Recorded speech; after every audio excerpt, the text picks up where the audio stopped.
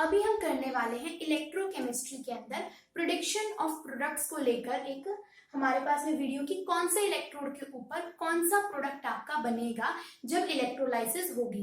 इससे पहले हम दो ऑलरेडी कर चुके हैं, जिसके अंदर हमने एक पढ़ा था कि मोल्टन सॉल्ट के अंदर क्या प्रोडक्ट बनते हैं और एक्वस सॉल्ट के अंदर क्या क्या प्रोडक्ट बनते हैं एनोड और कैथोड के ऊपर, जिसको हम prediction of product part number 1 करके मैंने एक वीडियो बना रखी है, तो उसके अंदर है।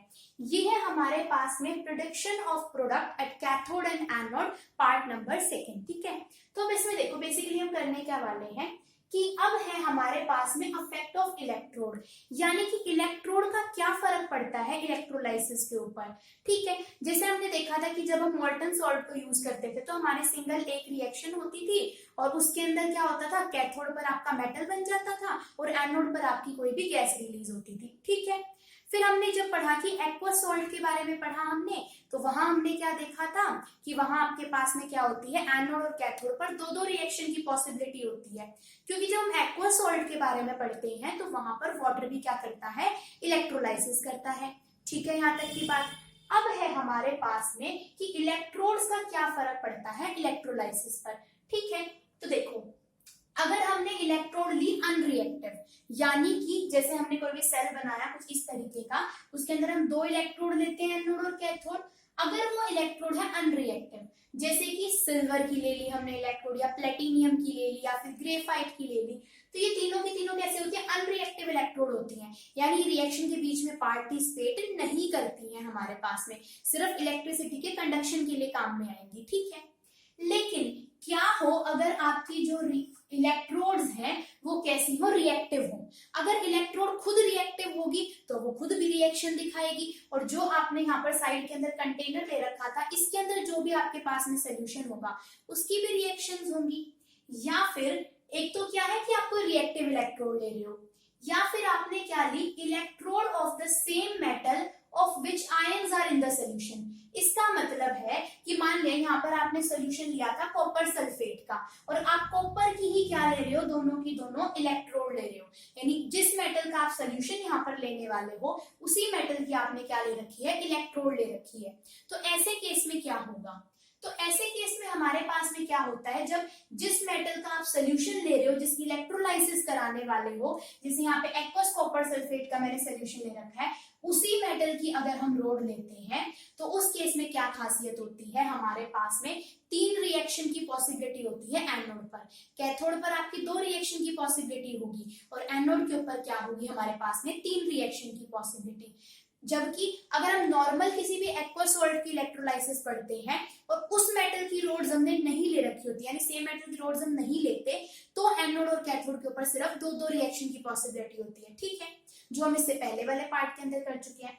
तो अब देखो क्या होगा, मान लिया मैं यहाँ पर करा रही हूँ एक्वस कॉपर सल्फेट की इलेक्ट्रोलाइसिस विद कॉपर इलेक्ट्रोड, हो गया सेम, जिस मेटल का सॉल्ट लिया था कॉपर का सॉल्ट था तो कॉपर मेटल की इलेक्ट्रोड ले ली। तो क्या होगा, कैथोड के ऊपर 2 रिएक्शंस होंगी। पहली रिएक्शन है कि कॉपर 2 पॉजिटिव ने 2 इलेक्ट्रॉन लिए और कॉपर मेटल फॉर्म कर दिया। दूसरी रिएक्शन है, अब देखो एक्वस सोल्यूशन है आपके पास में, एक्वस सोल्यूशन की ये खासियत होती है कि वाटर खुद भी इलेक्ट्रोलाइज होगा यहाँ पर, ठीक है। पहले केस में तो सॉल्ट इलेक्ट्रोलाइज हुआ होगा, भाई कॉपर सल्फेट जो हमारे पास में था ये हमारे पास में ब्रेक डाउन हुआ होगा, copper 2 positive and SO4 2 negative ions के अंदर, इसके आयंस की फिर इलेक्ट्रोलाइसिस हुई होगी, और दूसरा क्या हुआ होगा, हमारे पास में वाटर भी यहाँ पर ब्रेक डाउन हुआ होगा, जैसे OH नेगेटिव हमारे पास इस तरीके से, ठीक है।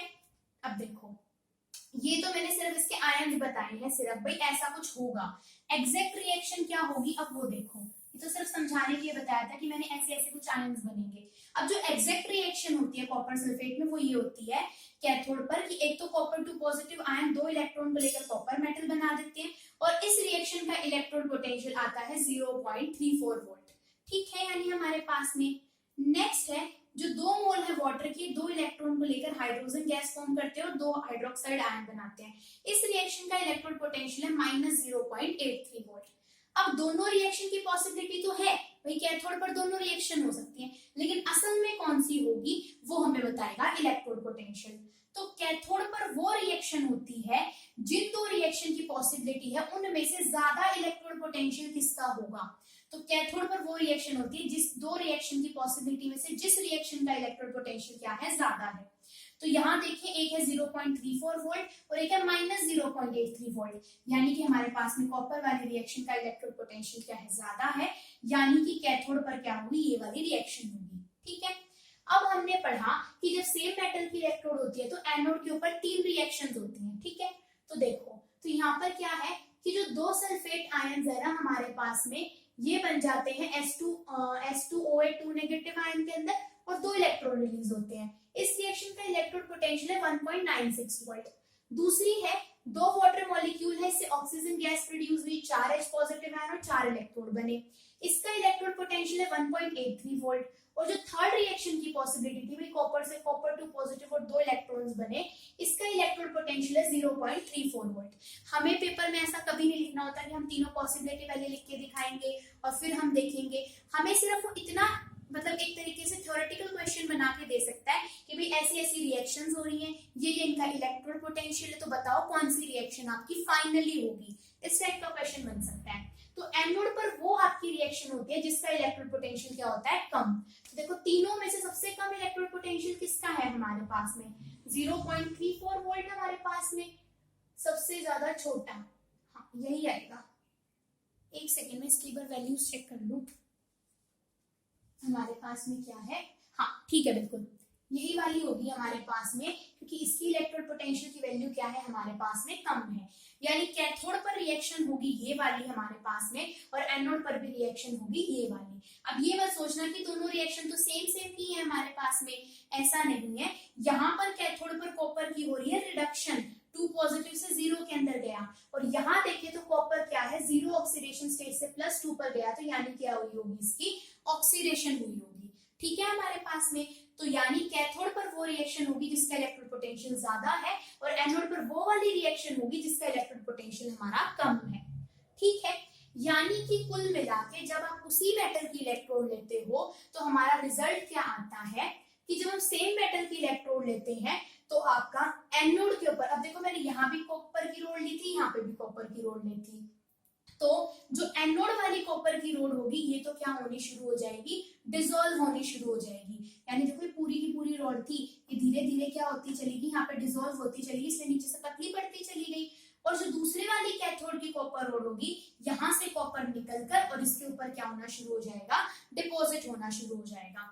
यानी ऐसे केस में हमारा क्या रिजल्ट आता है कि जो एनोड पर जो मेटल की रोड है वो तो डिसॉल्व होनी शुरू हो जाएगी और कैथोड के ऊपर क्या होनी शुरू हो जाएगी, डिपॉजिट। यानी ऐसी अगर कोई भी आपको कोई भी सॉल्ट दे दे, उसका रिजल्ट हमेशा क्या रहेगा कि एनोड वाली तो मेटल की रोड डिसॉल्व होगी और कैथोड वाली मेटल की जो रोड है वो क्या होती चली जाएगी, थिक होती चली जाएगी, क्योंकि यहाँ से कॉपर जाकर यहाँ पर डिपॉजिट होना शुरू हो जाएगा। ठीक है, तो एक हमारा रिजल्ट डायरेक्टली हमें ये वाला याद हो गया। 3 रिजल्ट हमारे हो चुके हैं यहाँ से, 2 रिजल्ट पहले हमारे प्रोडक्शन ऑफ प्रोडक्ट वाली फर्स्ट वीडियो से और एक रिजल्ट यहाँ से आ गया। अब ना एक एक्सेप्शन होती है, जब हम इलेक्ट्रोलाइसिस कराते हैं ना एक्वस NaCl सॉल्यूशन की, तो उसके अंदर क्या होता है, कैथोड पर ये 2 रिएक्शन होनी थी और एनोड पर ये 2 रिएक्शन होनी थी। हालांकि कैथोड पर कौन सी रिएक्शन होनी चाहिए थी, जिसका इलेक्ट्रोड पोटेंशियल ज्यादा था, तो इन वाली दोनों के अंदर किसका इलेक्ट्रोड पोटेंशियल ज्यादा है, ये है -2.7 वोल्ट और ये -0.83 वोल्ट। तो माइनस में हम जितना ज्यादा पीछे की साइड जाएंगे तो वैल्यू घटती चली जाती है। यानी इन दोनों में से कौन सी बड़ी वैल्यू है हमारी, ये वाली सेकेंड वाले रिएक्शन के अंदर, यानी -0.83 वोल्ट क्या है, ज्यादा है -2.7 वोल्ट से। ठीक है, माइनस के साथ हमें इलेक्ट्रोड पोटेंशियल की वैल्यू देखनी है। एनोड पर कौन सी रिएक्शन होती जिसका इलेक्ट्रोड पोटेंशियल क्या होता हमारे पास में, कम होता। तो देखो पहले वाली रिएक्शन का इलेक्ट्रोड पोटेंशियल 1.36 वोल्ट और दूसरे वाली का है 1.23 वोल्ट।